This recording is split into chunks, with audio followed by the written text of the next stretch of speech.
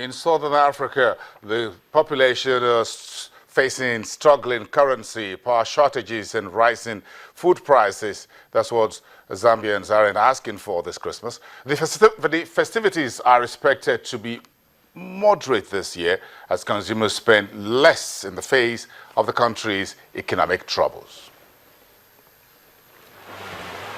Shoppers browse the mall in Zambia's capital, Lusaka. It's a few days before Christmas, peak time for businesses targeting a middle class that outlines the Africa Rising narrative.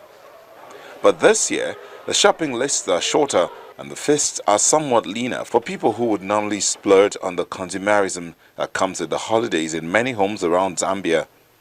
Africa's second biggest copper producer has seen its kwacha currency tumble nearly 50% against the dollar this year, driving up food prices.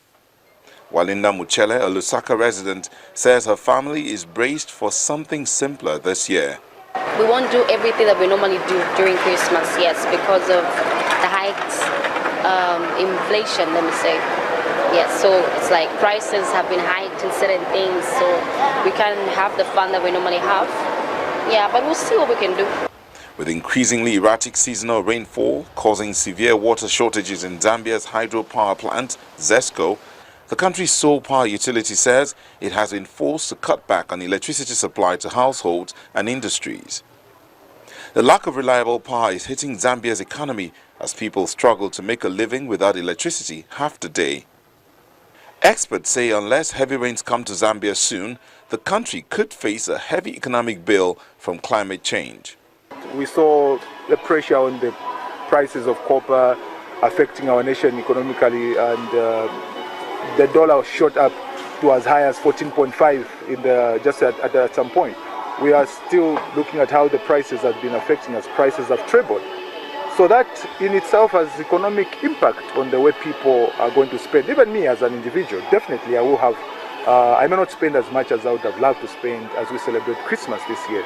So we still hope that families can still manage in the little resources that they may have. In October, Zambians took part in a national day of prayer seeking divine help for the country's economic woes.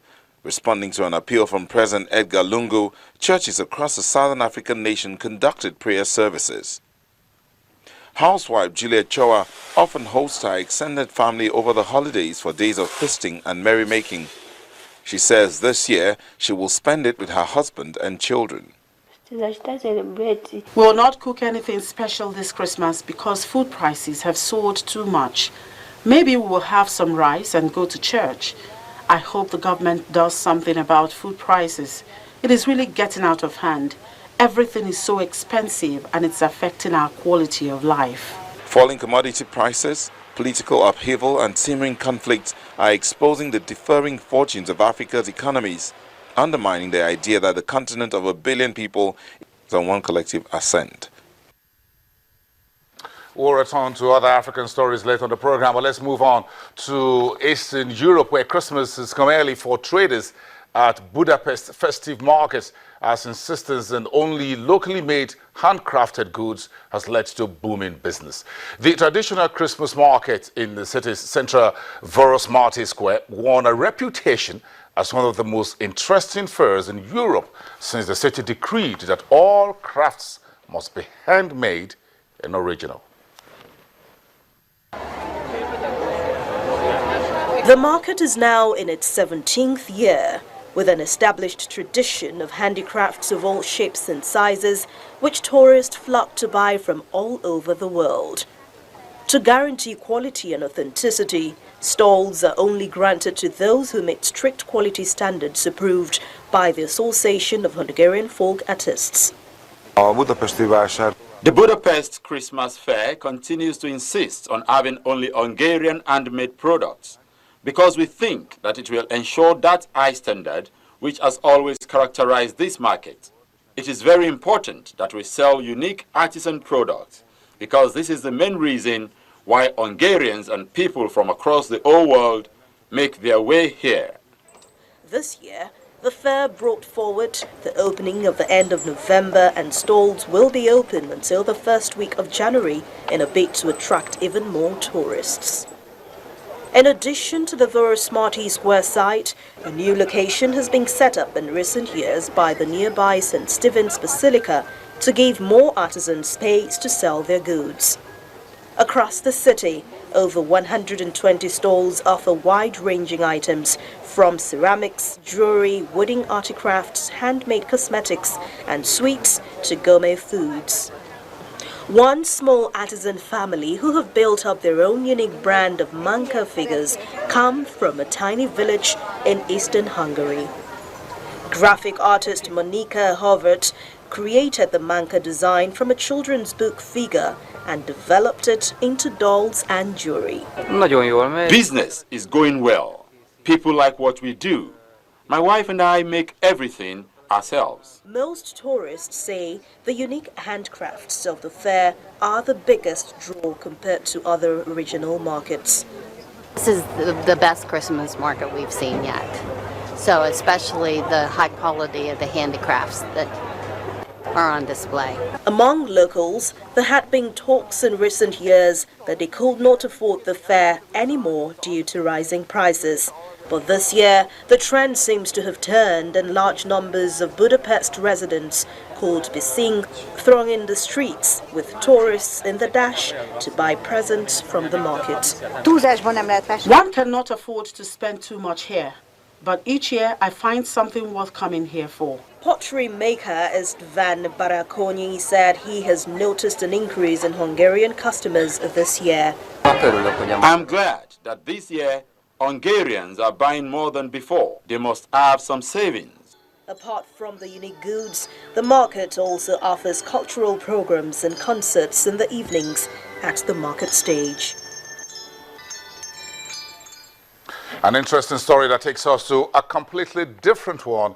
In South America, hundreds of protesters marched towards Buenos Aires' Plaza de Mayo Square to demand a Christmas bonus ahead of the festive season, as the country's working class struggles against a devaluation of the Argentine peso that has since lost about 42% of its value and rampant inflation. Local media report that protesters were leftist supporters of former President Cristina Fernandez. The protest was led by political parties aligned to the country's left and comes just one day after conservative new president Mauricio Macri announced an expansion of welfare bonuses for the country's poorest during the holiday season. But the head of the Underground Workers' Union, Claudio Della Carbonara, told media that his movement is protesting the policies of both Fernandez and Macri. We are here in this plaza today to continue the fight we had against the measures of the previous government of former President Cristina Fernandez, and now against this one, the government of President Mauricio Macri, to demand a bonus for all workers, employed, unemployed, and retired, to help against the devaluation they have made to our salaries. Earlier this week, Macri announced he will call on the workers and the business sector to come together with the government for a plan to bolster the country's economy. However, many protesters have rejected the new president's talks of a cross-party consensus of union officials, political rivals and business leaders for the benefit of the country. No to the adjustments. No to the social pact. No to the union bureaucracy that we have had to deal with and we deal with all the time. But yes to the voice of all workers, because that is what matters. Because we represent the workers and not the big monopolies, and much less union bureaucracy. Macri won 51.40% of votes over his leftist rival Daniel Scioli, who drew 48.60% in the November 22 runoff elections, signaling deep divisions among Argentine voters. Argentina's new president is the third non-Peronist leader since the end of military rule in 1983. The other two failed to finish their terms, a reminder of the difficulties that Peronist labor unions, state governors and opponents in Congress could cause Macri if he is unable to get the economy growing quickly.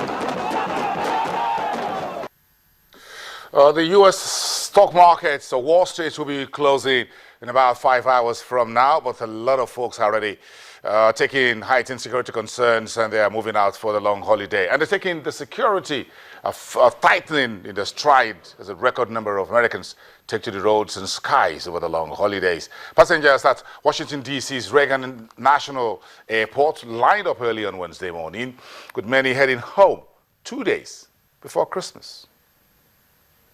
A string of high-profile militant attacks have put law enforcement on high alert in recent months. The alleged bombing of a Russian passenger airplane in Egypt in October and the killing of 130 people by militants in Paris in November raised fears of large-scale domestic attacks inside the U.S. But as he prepared to head home to see his family, Andrew Poncher said he felt confident the proper security arrangements were being taken. Not too concerned, maybe a little more concerned than normal, but I think everything's really going on in the background to protect and whatever they're doing with TSA and probably people in the airport. We don't know that they're here to protect us, so it makes it a little bit easier. Overall, I think just like any other Christmas, really, hopefully. Security concerns were further sharpened in December when a couple who authorities say had pledged allegiance to Islamic State went on a shooting spree in California, killing 14 people. But as Chanel Marie Weiss arrived in Washington, D.C. on a warm, rainy December morning, she said that there was little point in worrying about the security situation. Well, I already kind of booked my flight way ahead in advance because I know I wanted to be with family. So regardless, I mean, it's better to be with family than to be alone worrying about what's going to happen. America's roads and airports are expected to be exceptionally crowded this holiday season, fueled by cheap gas for cars and airplanes. We're seeing more than 100 million people will be traveling overall. That's the first time we've ever hit that record. Overwhelmingly, the most people are traveling by car. 91 million traveling by car, another 5.8 million by air, and the rest taking another means of transportation, train, bus, ferry, that sort of thing. And plus now the TSA is implementing the new system where we're doing full body scans for just about everyone, unless you're pre-screened. So that's going to add some delays. Heightened security checks could mean extra holidays for travelers. I fly a lot, and I feel like, they're doing everything they can. You can't be afraid to fly. It's still safer than driving, so not too concerned. In the wake of the Paris attacks and prior to the Thanksgiving holidays, the FBI sent a bulletin to police departments across the country, warning of possible copycat incidents and sharing intelligence on how the assailants in Paris carried out their attacks. While no similar warnings have been made specific to the upcoming Christmas and New Year holidays, on December 16th, the Department of Homeland Security issued a bulletin warning that self-radicalized actors could strike public places in the U.S. without warning. And we have a special story about appreciating some South Africans, very unique set of people. After the break, stick around, we'll talk about it.